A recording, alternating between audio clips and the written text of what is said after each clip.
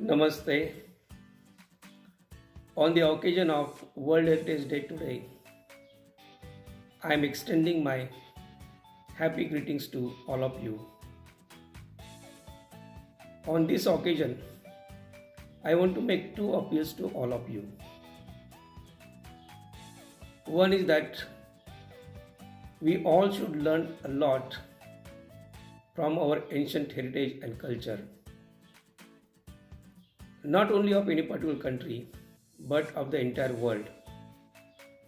And secondly, it is our responsibility and duty to protect the vast cultural heritage that every country has. We know that the government is not in a position to document and protect the vast heritage that every country has. And therefore, I feel strongly that this cultural wealth can be protected with the help of common people and masses.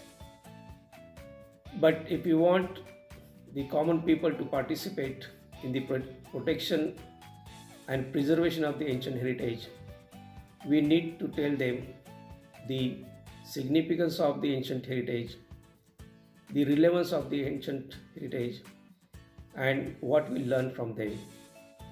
And then only perhaps people will come forward and they will participate in the protection of the a very important wealth of the nation.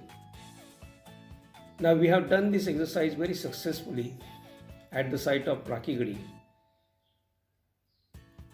The villagers have formed different site protection group and they make efforts in protecting the site and the remains the village has.